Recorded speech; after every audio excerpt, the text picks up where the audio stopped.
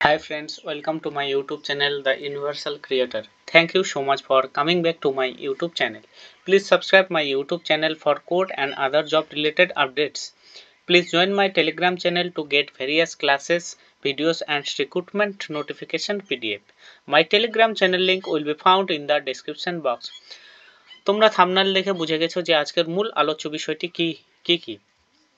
আজকের মূল আলোচ্য বিষয় হচ্ছে 2018 সালের কলকাতা হাইকোর্টের গ্রুপ ডি পদের যে নোটিফিকেশন বেরিয়েছিল সেখানে মোট শূন্যপদ কটি রয়েছিল। সেখানে 2018 সালের যে গ্রুপ ডি এক্সামটা হয়েছিল সেখানে কাট অফ কত গেছিল এবং সেই গ্রুপ ডি এক্সামে কী কী প্রশ্ন এসেছে এই সমস্ত আলোচনা করব এবং সাথে আলোচনা করব সিলেবাসে কী কী ছিল, যে আপকামিং নোটিফিকেশনটা আসবে সেখানে কি সিলেবাসের রদবদল হবে সে সম্পর্কে আজকের আলোচনা।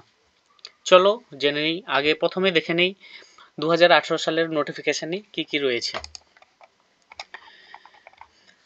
এখানে 2018 সালের নোটিফিকেশনটি আমরা দেখলে বুঝতে পারবো যে মোট শূন্যপদ রয়েছিল ও এখানে 221টি শূন্যপদ রয়েছিল। সেখানে ক্যাটাগরি ওয়াইজ ভ্যাকেন্সিটা দেখে নেব। এখানে মূল যে ক্যাটাগরি সেগুলো আলোচনা করছি। জেনারেল ক্যাটাগরি যে ছিল সেখানে 64 ভ্যাকেন্সি ছিল।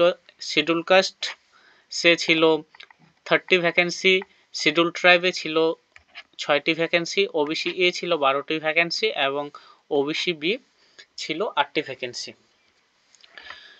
চলো ক্রাইটেরিয়াগুলো আমরা জেনে নিই। এখানে 18 থেকে 40 বছরের যে কোনো নাগরিক অ্যাপ্লিকেশনটি করতে পারবে এবং ওয়েস্ট বেঙ্গলের যারা ডাব্লিউবি বাসিন্দা, যাদের ডাব্লিউবি বসবাস করেন এবং এসসি এসটি প্রভৃতি কার্ড রয়েছে তারাই রিজার্ভেশনের আওতায় আসবেন। অন্যান্য স্টেটের যারা রয়েছেন তারা জেনারেল হিসাবে ট্রিট হবেন। চলো সিলেবাসটা আমরা জেনে নিই। এখানে মোট 100 নম্বরের এক্সাম হয়েছিল। এ ছিল অ্যারিথমেটিক ছিল, জিকে ছিল, জিআই ছিল এবং ইংলিশ ছিল। এই 4টি চ্যাপ্টার থেকে প্রশ্ন করা হয়েছিল। মোট কোয়েশ্চেন ছিল 50টি এবং প্রতিটি মার্ক ছিল 2 মার্ক করে, টোটাল 100 নাম্বারের এবং নেগেটিভ ছিল 1 নাম্বার। প্রতিটি ভুল অঙ্কের জন্য প্রশ্নের জন্য 1 নাম্বার করে 1 অঙ্ক নাম্বার কাটা হবে। এখানে ওএমআর বেসড এক্সাম হয়েছিল এবং তারপরে ইন্টারভিউ হয়েছিল। চলো ক্যাটাগরি ওয়াইজ কাট অফগুলো জেনে নিই। এখানে মূল ক্যাটাগরি যেগুলো আনরিজার্ভ বা জেনারেল, এখানে মোট 64টা ভ্যাকেন্সি ছিল। এখানে কাট অফ গেছে 80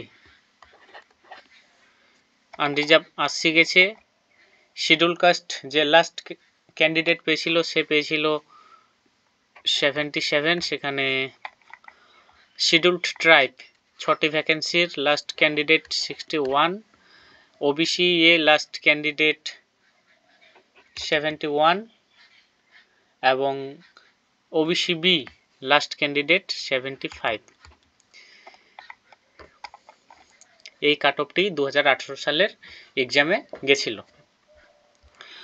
চলো যে মূল আলোচনা সেটা হচ্ছে কোয়েশ্চেন কোথা থেকে এসেছিল এবং কী কী এসেছিল। সেই মোট 50টি কোয়েশ্চেন যে এসেছিল সেটার আলোচনাটা করব। এখানে ফার্স্ট কোয়েশ্চেন এসেছিল যে পাকিস্তানের রাজধানীর নাম কি। এখানে পাকিস্তানের রাজধানী হচ্ছে Islamabad, option A. Next question হচ্ছে এই রাজ্যগুলির মধ্যে কোনটি নেপালের সীমানা অংশীদার নয়, অপশন বি ঝাড়খণ্ড। নেক্সট হচ্ছে এখানে একটা কোয়েশ্চেন ছিল, যে কোয়েশ্চেনটা হচ্ছে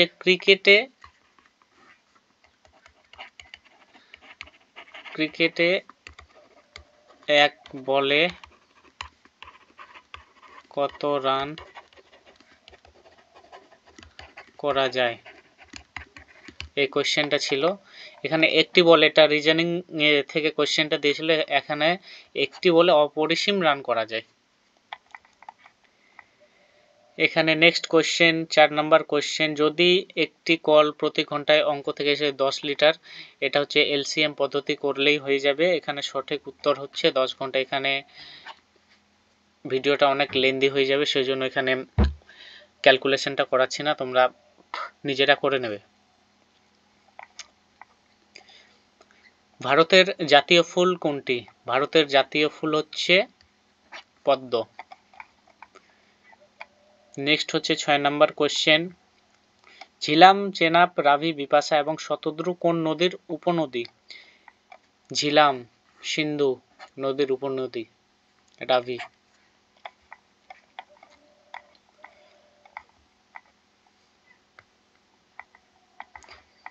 এখানে তখন ছিল 2018 সালের হিসেবে কোশ্চেনটা প্রযোজ্য। এখানে যে কোশ্চেনটা ছিল, ভারতের একমাত্র মহিলা রাষ্ট্রপতির নাম কি?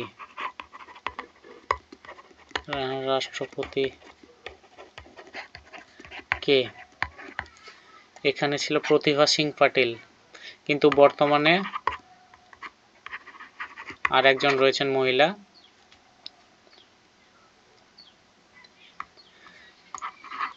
এরকম কোশ্চেন আছে, প্রথম আদিবাসী মহিলা রাষ্ট্রপতি কে?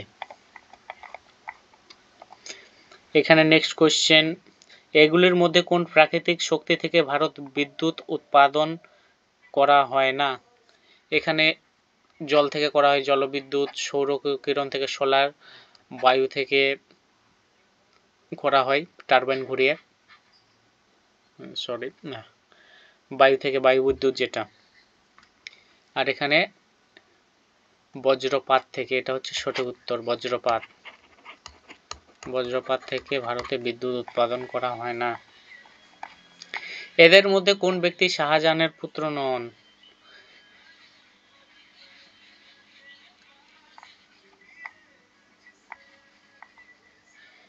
নেক্সট একটা, এখানে হচ্ছে জাহাঙ্গীর। এখানে একটা বাবার হলো আবার জ্বর, এইভাবে একটা ইতিহাসে পড়িয়েছিলেন স্যারেরা, এটা মনে থাকলেই কে কার পুত্র নন সহজেই করতে পারবে। এখানে 9 নম্বর কোশ্চেনটা আমরা স্কিপ করেছি। এখন আমরা অক্টারলোনি মনুমেন্টকে কি নামে জানি? এখানে শহীদ মিনার নামে জানি। নেক্সট হচ্ছে, উত্তরাখণ্ডের রাজধানী কোনটি? এখানে উত্তরাখণ্ডের রাজধানী হচ্ছে দেরাদুন। নেক্সট, বিবাদী বাগের বিবিডি বাগের আগেকার নাম কি ছিল? এখানে বিবাদী বাগের আগেকার নাম ছিল ডালহৌসি স্কয়ার। একটি ক্রিকেট খেলা চলার সময় কতজন ব্যক্তি মাঠে থাকেন? এখানে মাঠে 15 জন ব্যক্তি থাকেন। প্লেয়ার থাকেন, 2 জন ব্যাটসম্যান থাকেন এবং 2 জন আম্পায়ার থাকেন, টোটাল 15 জন। তালকোটার স্টেডিয়াম কোন শহরে অবস্থিত? তালকোটার স্টেডিয়াম দিল্লি শহরে অবস্থিত। লক্ষ্মণা ঝুলা কোন রাজ্যে অবস্থিত?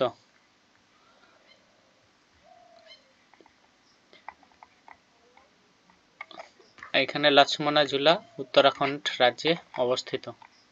এগুলোর মধ্যে কোনটি ঊর্ধ্বক্রমে সাজানো নেই? ক্যালকুলেশনটা করবে তোমরা। এখানে 1/26, 2/17, 1/10 এটি ঊর্ধ্বক্রম ভাবে সাজানো নেই। এগুলির মধ্যে কোনটি কলকাতায় নেই?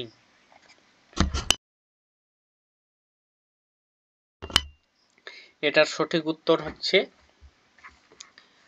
হাওড়া স্টেশন, হাওড়াতে অবস্থিত। বাকি কলকাতায় Victoria Memorial, great eastern hotel এবং জাতীয় জাদুঘর কলকাতা ন্যাশনাল। এদের মধ্যে কোন ব্যক্তি ভারতের উপরাষ্ট্রপতি ছিলেন না? ডক্টর রাজেন্দ্র প্রসাদ, ইনি হচ্ছেন ভারতের প্রথম রাষ্ট্রপতি।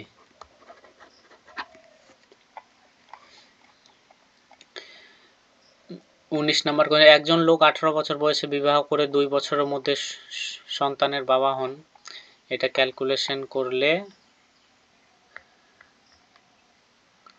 তোমাদের সঠিক উত্তর বি। নেক্সট আবার একটি কোয়েশ্চেন 20 নম্বর, এখানে সঠিক উত্তর হবে অপশন এ। এগুলো ক্যালকুলেশনগুলো। পশ্চিমবঙ্গের রাজ্যপাল কে? তৎকালীন রাজ্যপাল ছিলেন কেষ্টনাথ ত্রিপাঠী। বর্তমানে আছেন সিভি আনন্দ বোস।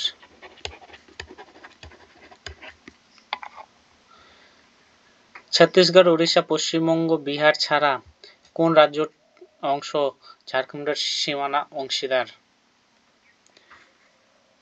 ইউপি। মহারাষ্ট্র, এটা ম্যাপটা দেখলে বুঝতে পারবে মহারাষ্ট্র এখানে, অন্ধ্রপ্রদেশ এই জায়গায়, এখানে ঝাড়খণ্ড পশ্চিমবঙ্গের লাগোয়া, এখানে ইউপি। একটি ফুটবল খেলার মাঠে খেলাটির যে কোনো ধাপে কতজন ব্যক্তি উপস্থিত থাকেন? এটাও ক্রিকেটের মতো কোশ্চেন। এখানে 23।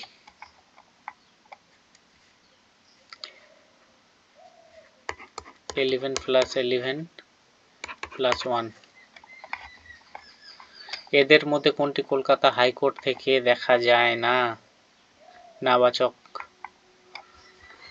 হচ্ছে সল্টলেক স্টেডিয়াম। 25 নম্বর কোয়েশ্চেন,